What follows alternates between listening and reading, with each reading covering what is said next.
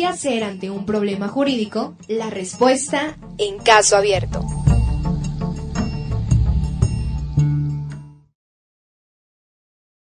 Ya regresamos, queridos amigos. Este es su programa Caso Abierto y esta es una emisión más. Recuerden que estamos platicando sobre cómo podemos adquirir realmente los bienes muebles o inmuebles por el transcurso del tiempo. Bueno, les voy a platicar que pues realmente ya lo decía la licenciada Ruth Martínez Huerta. Primero, en qué casos no podemos adquirir por medio de usucapión. Fíjense que, bueno, en Veracruz, porque hay mucha gente que nos escucha de Veracruz, allá no van a encontrar en su código el usucapión.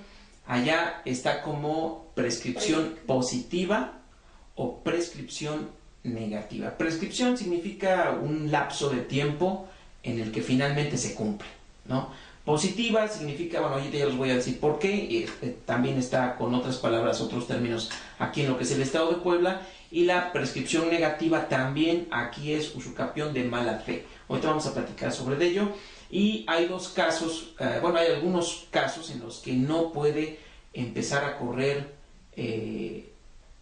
la posibilidad de adquirir a través del transcurso del tiempo. Licenciada, ¿cuáles son? Sí, así es. Bueno, bien, los casos en los que no puede empezar a operar la usucapión, que bien lo comenta el licenciado, poder adquirir un bien a través del transcurso del tiempo, mediante la posesión que exige la ley, son los casos particulares. El primero, cuando es poseedor precario y poseedor dependiente. En estos casos, como no son poseedores civiles, no puede operar la usucapión. ¿Y qué es un poseedor civil, licenciado? Sí, perdón, vamos para allá, licenciado. Sí. Un poseedor precario es aquella persona que tiene en su poder un bien mueble o algún derecho, pero que lo posee en calidad de, o sea, poseedor, pero en calidad de otra persona. O sea, que él tiene el bien, pero no es de él, sino que a cargo de otra persona, ¿no? Un empleado, por ejemplo, ¿no? Sí, En pocas palabras, puede ser un empleado, puede ser una persona que es un hijo de nosotros, ¿no? Por ejemplo, puede ser tu hijo, puede ser tu esposa misma, puede ser tus papás, pueden ser un empleado, un auxiliar o una persona, el mismo arrendatario. Ya lo comentabas tú, ¿no? Ese es un poseedor precario. ¿Por qué? Porque él no posee a nombre propio, como si fuera el dueño, ese inmueble, ¿no? Ese es uno. Sí, ¿Y el poseedor civil? No, el poseedor civil, bueno, él sí puede adquirir, hacer valer la usucapión. Me refiero a que quien no puede hacer valer este derecho de usucapión es un poseedor dependiente.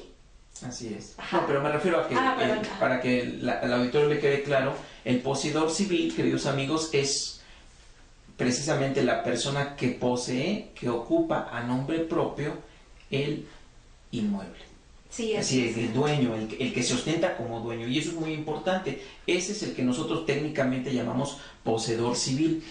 Es muy importante aclararlo porque, ya lo decía hace rato la licenciada Ruth, ¿no? ¿En qué casos realmente sí puede correr la prescripción a favor de una persona? Bueno, solamente cuando es el titular. Y otra cosa muy importante, queridos amigos, no necesariamente nosotros tenemos que tener ocupando el terreno para ser poseedores. Puedo tener un empleado ahí. ¿Sí me explico? O sea, a veces uno piensa como en el caso de cuando son con los niños, ¿no? Es que los niños, la mamá no los cuida. Bueno, sí los cuida.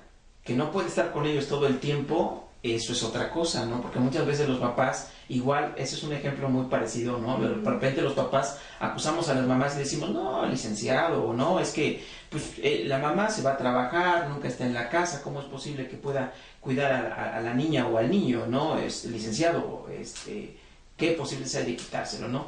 Evidentemente no, porque el cuidar a la niña, el cuidar a los niños, no es exactamente estar todo el tiempo con ellos, es simplemente ver que estén bien cuidados, ya sea a través de otra persona. Y lo mismo pasa con nuestros terrenos ahorita, lo que estamos platicando, ¿no? No necesariamente tú tienes que estar ocupando la casa o el terreno. Tú puede ser que hayas contratado a alguien más, por ejemplo, pasa como en el caso de los ranchos, ¿no?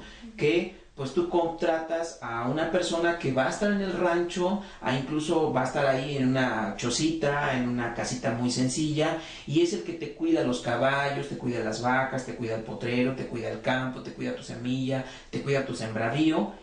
¿Y a nombre de quién se está ocupando ese rancho? A nombre tuyo, como poseedor civil, como titular del derecho, aunque hay un poseedor precario que es el que ocupa realmente ahí físicamente, en tu nombre y representación, está utilizando ese rancho. Entonces, eso es importante mencionarlo, ¿no?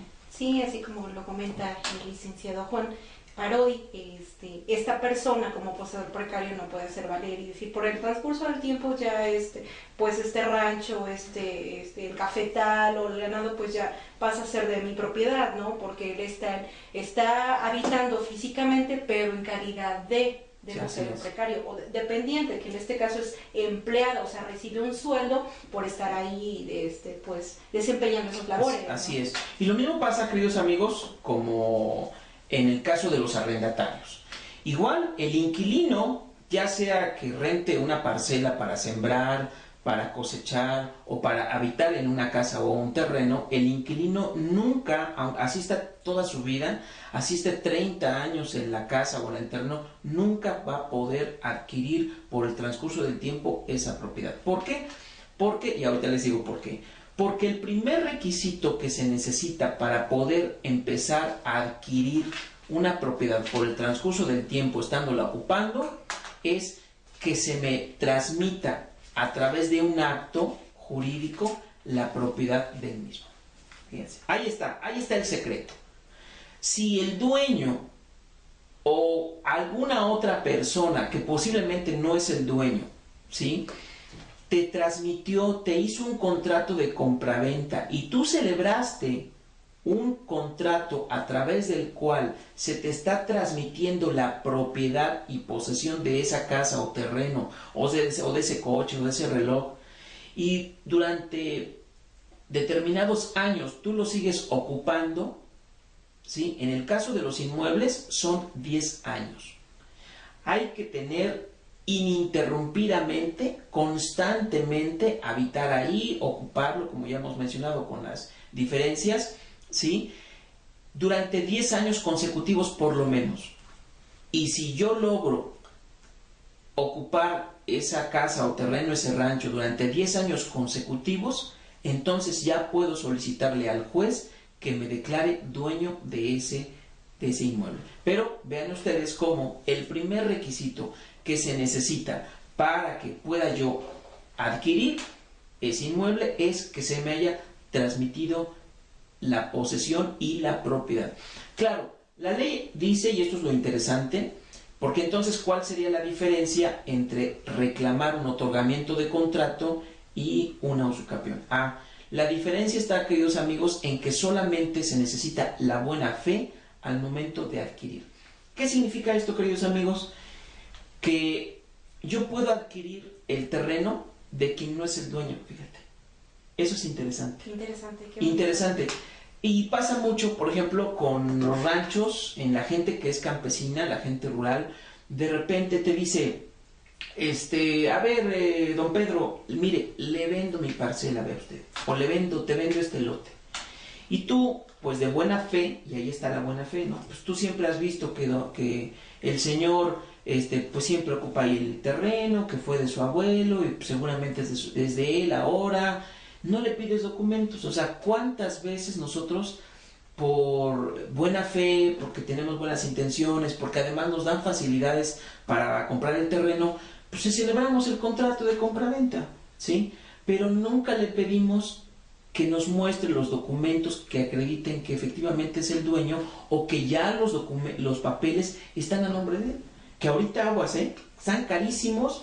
Ahorita quien quiera arreglar documentos de escrituración le va a salir muy caro, porque bueno, para pago de los impuestos y demás, la licenciada Ruth Martínez Huerta, que sube y baja a finanzas y a registro público de la propiedad y a la notaría. La notaría, ¿verdad? Sí, entonces, el catastro. Caro, ¿no? Caro. No, es en verdad carísimo, por eso hay que fijarse muy bien. Sí, hay gente que viene pagando, imagínense, de ISABI, que es el impuesto por adquirir bienes inmuebles. En Veracruz no sé cómo se le llame, pero hay gente que viene pagando 11, 19 mil, 30 mil, 50 mil pesos, nada más de un solo impuesto. Imagínense todos en su conjunto, ¿no? Entonces sí estamos hablando de un buen. Entonces, pero bueno, regresamos al tema y decimos, bueno, precisamente por eso mucha gente como que incluso construye casas, construye en su propiedad y los papeles los deja hasta el final.